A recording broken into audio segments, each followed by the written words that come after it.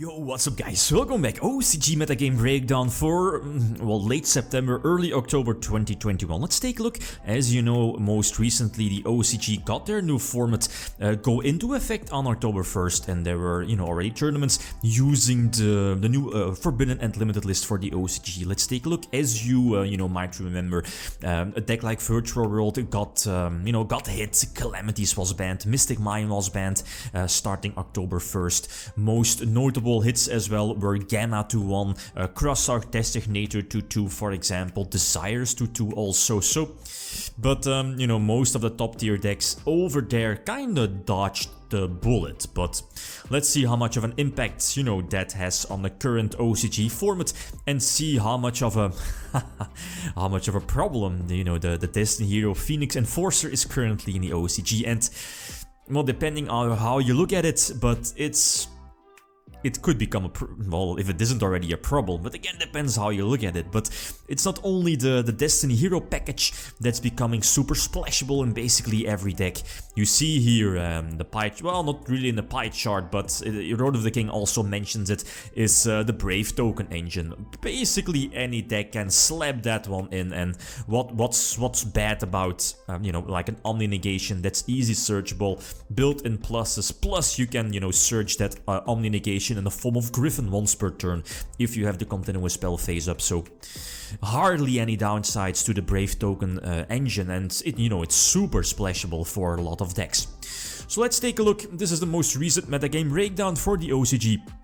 A big shift though. Phantom Knights coming from nowhere. I mean, tier scale, you know how good it is. But, I mean, as Road of the King also mentions, the list he shows, a superb list, but the deck is strong, it's resilient, and of course makes use, like most decks here in the current OCG format, of the Destiny Hero package, plus the, the Brave token engine. But Tri-Brigade followed, by Prankets, still there, preferably, the Brave token, or at least most of them are indeed Brave tokens. And then followed by Swordsoul, Tritron, Adamantipator as well, and the list goes on. Quick side note is that this analysis was performed over 160 deck lists, so that's big. 32 tournaments, so that's actually quite big. So the first list, Phantom Knights. That's, I guess, the biggest name, the newest #1 currently in the OCG. People already side-decking against it. Road of the King mentions Super Poly is that big side-deck card against a Phoenix Enforcer, for example. And of course, Utopic Draco Future. The number F0 that has the capability to negate monster effects, if I'm not mistaken. Both of them, both Enforcer plus Utopic Draco Future, both of them are targets for one of the quote-unquote newer fusions we recently got in a TCG, being the Guilty Gearfried, the Magical Steel Knight. Again, I believe it only needs 2 warriors, plus, let's not forget, the Guilty Gearfried also has a built-in, protection effect that I believe when it's it cannot be targeted, I think, by card effects, if I'm not mistaken. So again, big protection against, Phantom Knights and the rank 3, right? So that's definitely very solid, especially for, let's say, the mirror match.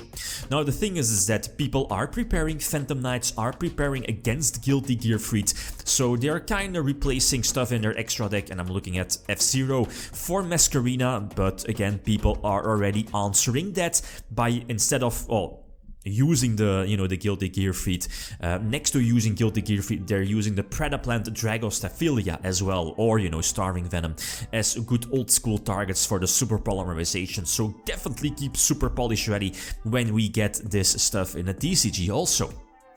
Another thing that caught my attention in the OCG was the addition of number 80, Rhapsody in Berserk. It's a potential target after you use Breaksword, Breaksword, the rank 3 exceed. For Phantom Knights, pop something from your opponent, let's say preferably Phoenix Enforcer. Phoenix Enforcer will try to protect itself, but still, still destroy Breaksword, or, Breaksword will still get destroyed, will trigger itself, special summon 2 level 4s, and then Rhapsody in Berserk, as has the capability to banish up to 2 cards from your opponent's graveyard, so you can follow that one up and banish the Phoenix Enforcer from your opponent's graveyard. So again, another niche effect, another niche addition 2 Phantom Knights, and again, probably one of the reasons why they are doing it so well over there, even though the format is still super early, right? But, I mean, keep an eye out for Phantom Knights, plus, of course, the small Brave token package, plus the Destiny Hero package. So, I can definitely see people complain. A lot of decks are indeed going to splash the Destiny Hero engine because it's so strong, because, you know, it's so powerful. Let's continue. Tri-Brigades. Most notable changes, I guess, is the, you know, the addition of Ram in the main deck over the Cataroost, because most obviously, Fogblade is a big deal for Zodiacs. Again, prevents Borbao, you know, from hitting directly, and again, Zeus from hitting the field. So Ram prevents that, I guess, giving your Zodiac Exceeds more protection, so making so that you can put up that one of Zeus, right? As you know, Zeus is at 1 currently in the OCG. So Zodiac Tri-Brigade still very strong over there, double tanky. Barrage still there, red still strong. Yep, that's the OCG for you in a nutshell. Mind the droplets. We'll come back to that in a couple of moments. Prankets, no surprises here for Prankets. Still very similar to a list we've seen before, using the Brave token engine, right? Crossout Designator again for us TCG players, which we got, plus of course the Cytec Super Polymerizations with the Guilty Gear Freed. Again, something to keep in mind, if you don't already have a Guilty Gear Freed ready, definitely get one soon, because, you know, it could be definitely important potential Cytec card. Last but not least, Swordsoul. Who remembers Swordsoul? First place? Well, it was like a big first place list past times, but it kind of faded away. Many reasons, but the thing is that, well, Swordsoul then has a couple of options. Using the Tenyi build, a bigger Tenyi package has its advantages, but also disadvantages. This particular build opted to run double, you know, Tenyi here. Spirit, I believe the name is in the main deck. You know, bouncing back stuff, going second, that's still very strong. Plus the Enforcer package, you know how strong that is. And also something that Word of the King mentions is that the hand traps are becoming less and less important. But hear me out. Well, it's not that they are, you know, less important, it's that they lose their usefulness. Because again, basically every deck has the capability to run the Brave token package, which basically a 1-card Omni negation once per turn. So you need hand traps to be useful before Griffin Rider hits the board. And you know, Griffin Rider is that Omni negation that's searchable once per turn. So yeah, I'm looking at stuff like Maxi, for example, or hand traps that prevent the Griffin from coming out. I'm looking at Ash Blossom, an early Ash Blossom, Ghost Ogre as well. Lockbird, even though Drawn on Lockbird isn't the best hand trap, might be a bit too late also, depends on which cards your opponent opened with. But it's quite scary to see how many decks, like a lot of different decks, have the capability to slap in that Brave token package, and because it's so good and consistent. As a conclusion, and that's something that Road to the King also mentions, and this is a nice pie chart, and you know, I mean, says everything.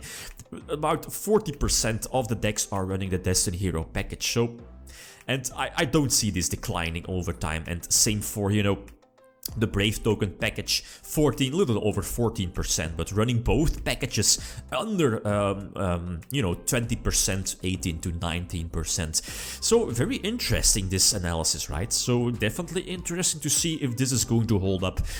Also a side note is that I'm looking at, you know, cards to Cytec for, and that could be important for us TCG players. Nibiru is starting to lose favor in Cytecs, main decks, well, mainly Cytecs, but yeah, people are just maining and or Cytecing droplets, you know, instead of big hand trap lineups, because Gamma is also at 1, but triple droplet, triple Dark Ruler no more is definitely no exception, because of the, you know, most obvious reasons. You know, just to break boards if your opponent does go first. So yeah, that's the OCG format in a nutshell. Some extra lists, Virtual World on the far left, obviously with the Brave token engine. Fairy Tail Snow is still legal. Yeah, but I mean, True King of all calamities is banned in the OCG. Fairies, Agents, definitely looking forward to that when we are getting that in the TCG, but I mean, they definitely, they still have O-Lion, not to forget. It's somewhat different compared to my list that I was using some weeks ago. Definitely a lower package of the bigger boss monsters. Only one of the bigger Hyperions, that's fine I guess, but yeah, as I mentioned before, the Destiny Hero package is there, and that's, you know, very important. Same for Sky Strikers, also main decking the Destiny Hero package, because, you know, it's so splashable plus so amazing. Salads, do I need to say more? Also main decking the Destiny Hero package. This might be interesting one for us TCG players, the middle one. Tri-Brigade Lyrilisk, we are getting that soon in the TCG. So again, could be important for us TCG players. And last but not least, Emancipators. Even though, I mean, the OCG still has so much shenanigans ready, Blood Dragon is still there. And Emancipator is not a top deck, imagine. Yeah, that's how it is. So there is still a lot of diversity, a lot of different decks, but I mean, give players time. The OCG format is still very early, but it's not looking too great if you know, look at the perspective of originality, creativity. Yeah, but that's how it is. I mean, I like it for now, but you know, it might become boring. Every deck making the Destiny Hero package or the Brave Token package. Okay, guys, that's it. Feel free to leave, you know, your thoughts. And like always, thanks for watching. Feel free to leave a comment or like if you enjoyed the video. Riddim signing out. Peace.